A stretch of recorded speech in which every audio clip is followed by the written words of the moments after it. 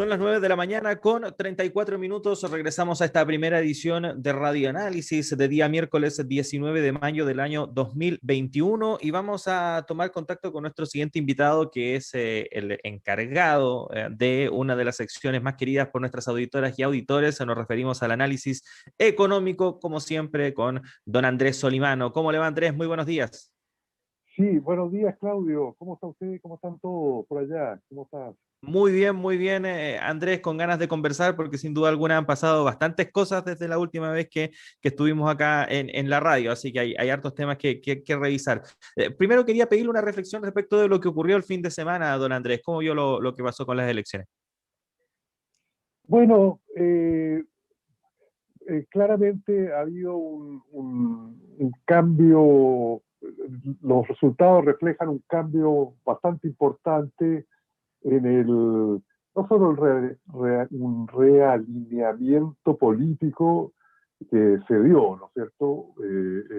Una pérdida muy clara de apoyo a los sectores conservadores de derecha del país y también a los sectores que dirigieron la transición, digamos, en los últimos 30 años, y el surgimiento de nuevas opciones, también un cambio, se ve un cambio generacional muy interesante en el sentido de alcaldías eh, eh, que van a ser encabezadas por alcaldesas, mujeres, jóvenes, lo de Santiago, ¿no es cierto?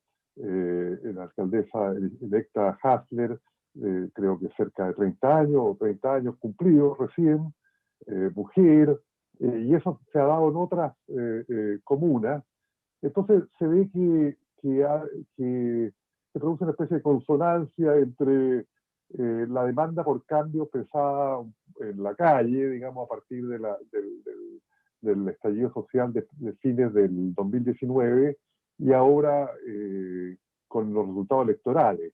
Igual la participación no fue muy alta, ¿no es cierto? Un poco más de 40%, 43%. Entonces igual la ciudadanía sigue aún reticente a participar en actos eleccionarios, pero muy interesante y muy auspicioso. eh, y bueno, vamos a tener la posibilidad de tener una convención constituyente que ya no va a estar sujeta a un veto, y que entra gente y aires frescos nuevos, lo cual es muy saludable.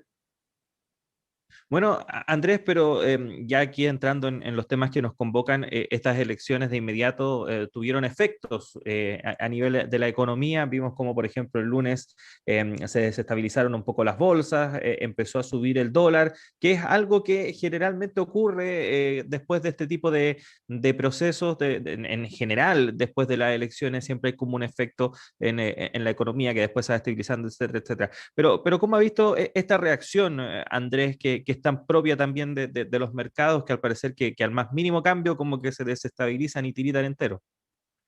Sí, claro, efectivamente los mercados financieros son muy sensibles a, a los cambios que suceden en distintas esferas, incluyendo también los cambios políticos o la expectativa de cambios políticos y cambios eventualmente en legislación económica y estructura económica, reglas del juego, etcétera. Bueno, se produjo un ajuste bastante grande en la bolsa de comercio. El índice de precios de acciones IPSA bajó 9,3% el lunes, pero el martes bajó un poquitito más, un 1,20 y ya se está estabilizando. El dólar, el peso del dólar norteamericano subió, ¿no sé, el viernes había estado como 708 y subió a 716, pero hoy día en la mañana estuve viendo y bajó un poco a 713 pesos por dólar. Entonces, bueno, de nuevo ya se está estabilizando. Eh, sucede siempre los participantes de los mercados financieros tienden a vender acciones, tienden a vender fondos mutuos y muchas veces a pasarse a la moneda extranjera, en este caso el dólar de Estados Unidos. Eh, También alguna gente probablemente se fue a portafolios más cargados a instrumentos de otros países internacionales, porque los bancos acá ofrecen, los bancos de inversión ofrecen portafolios con peso de instrumentos chilenos e instrumentos extranjeros. Entonces, la gente se fue un poco a instrumentos extranjeros. Eso no me parece que ha pasado. Eh, pero no, yo no lo consideraría, bueno, el ajuste de la bolsa no es menor, ¿eh? Pero tampoco calificaría la situación como un pánico o sí, una venta rap fuerte el primer día. Hay que observar qué pasa, digamos, en los próximos días, en las próximas semanas. Ahora, de todas formas, Andrés, como es tónica también ante este tipo de situaciones, algunos medios de comunicación comienzan precisamente a poner el punto en la alarma. Como usted mencionaba, por ahora está dentro de lo normal lo que ha ocurrido esta semana con los mercados, pero claro, se comienza a configurar una realidad mediática que es como un poco menos que se viene el apocalipsis en algunos sentidos y empiezan a aparecer analistas que empiezan a recomendar que no hay que cambiar tanto las cosas, que hay que irse de a poco, que hay que tratar de buscar acuerdos, en fin, pensando, por ejemplo, lo que va a ser la Convención Constitucional. Y hoy al comienzo de este noticiario mencionaba también, por ejemplo, una nota que no sé si la vio, que viene en el diario La Tercera, respecto de esta advertencia que hace Moody's respecto de bajar la calificación de riesgo de Chile si es que, por ejemplo, avanzaba en aumentar la deuda o respecto del trabajo a nivel legislativo, si es que continuaba esta incertidumbre a nivel de la elaboración de las leyes. ¿Qué opina también de esa situación que muchas veces, bueno, sin ir más lejos, usted mencionaba a la alcaldesa de Santiago, Iracy Hasler, ayer lo único que le preguntaban era de Venezuela, lo mencionaba Patricio López más temprano. ¿Cómo ve también ese tipo de situaciones? Claro, a ver, lo que pasa es que en Chile los medios de comunicación están dominados la parte más, por la parte conservadora del espectro chileno político y básicamente por la propiedad de grupos económicos, de los medios de comunicación de masa. Entonces se produce un desfase, que eso es una cosa importante que en algún momento va a tener que definirse, digamos que un país va en una dirección expresada por una votación como esta y los medios de comunicación reflejan otra realidad, otras percepciones, digamos, de todo el tema de los medios. Bueno, efectivamente hay ciertas voces, bueno, siempre se puede dar una pequeña campaña del terror, no sé si tan pequeña.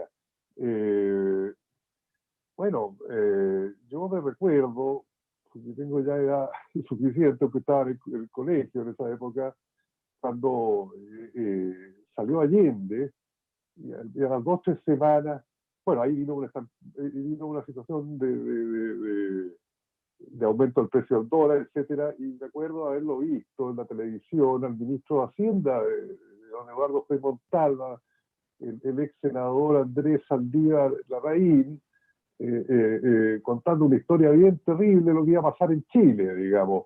Y, y, y entonces eso también incentivó la salida de capitales, el aumento del dólar y una incertidumbre en los mercados financieros. Por poner un ejemplo histórico, esto ocurrió, si no me equivoco, octubre del año 70, o sea, ya estamos hablando 51 años atrás. Hay ejemplos mucho más recientes que los mercados, por ejemplo, con el Brexit, eh, eh, se ajustó, bueno, con la pandemia el año pasado, los primeros meses también los mercados financieros se cayeron, pero después se recuperaron. Cuando eligieron a Trump también hubo también. Bueno, siempre los mercados financieros son un poco de barómetro de lo que pasa en la parte política. Pero hay que estar atento, digamos, de que los medios de comunicación no empiecen a crear una especie de cierta, de una crear temores financieros, temores económicos, digamos, eh, que al final terminan siendo muchas veces profecías autocumplidas. Pueden ser, digamos, eso hay que estar monitoreando. Los Moody's también hizo esa advertencia, dijo que bueno, que va a depender qué pase con los derechos de propiedad, con la estructura impositiva, los royalties, etcétera, que le pueden bajar la calificación.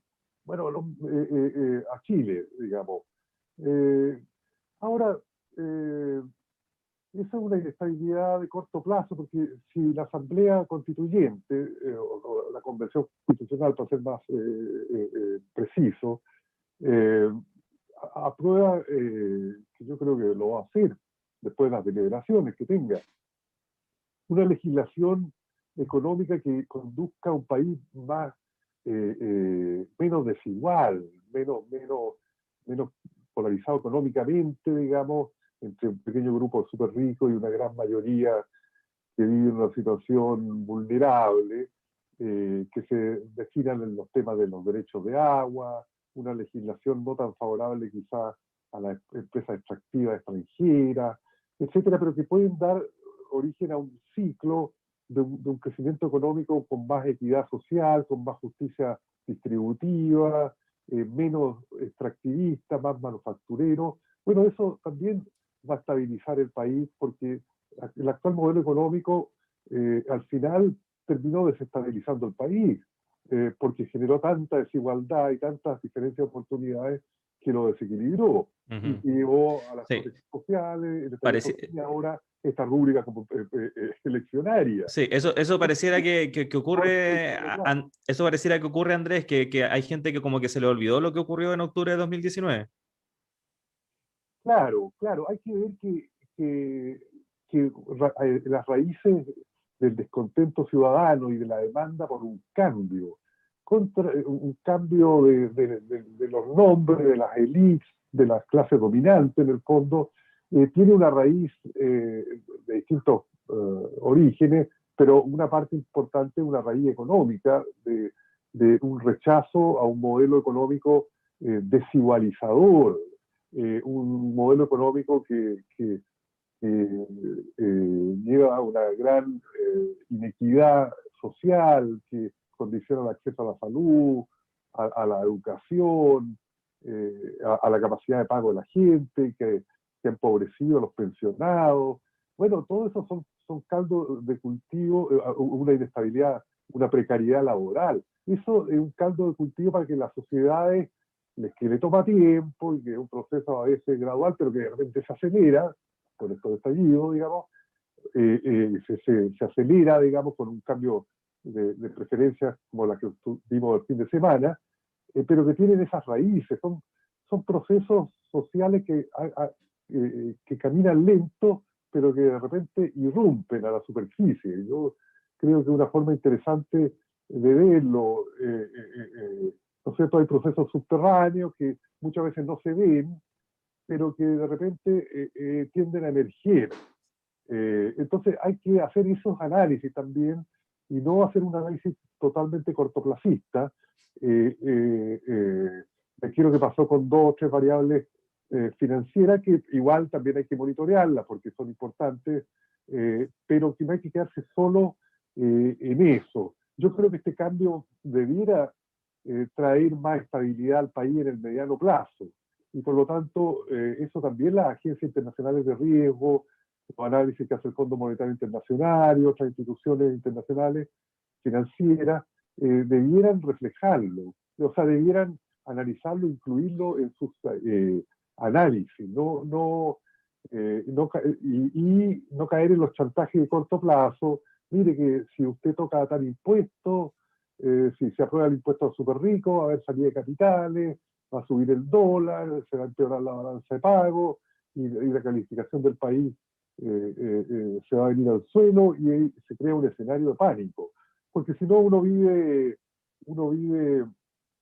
como chantajeado por los mercados financieros. Bueno, esa es una de las grandes críticas a la globalización financiera, ¿no es cierto? Y las crisis que han tenido en los últimos 20, 30 años, que los gobiernos no pueden muchas veces tomar acciones, o en este caso una asamblea constituyente, por el temor a ahuyentar a los mercados financieros o ahuyentar a la inversión extranjera.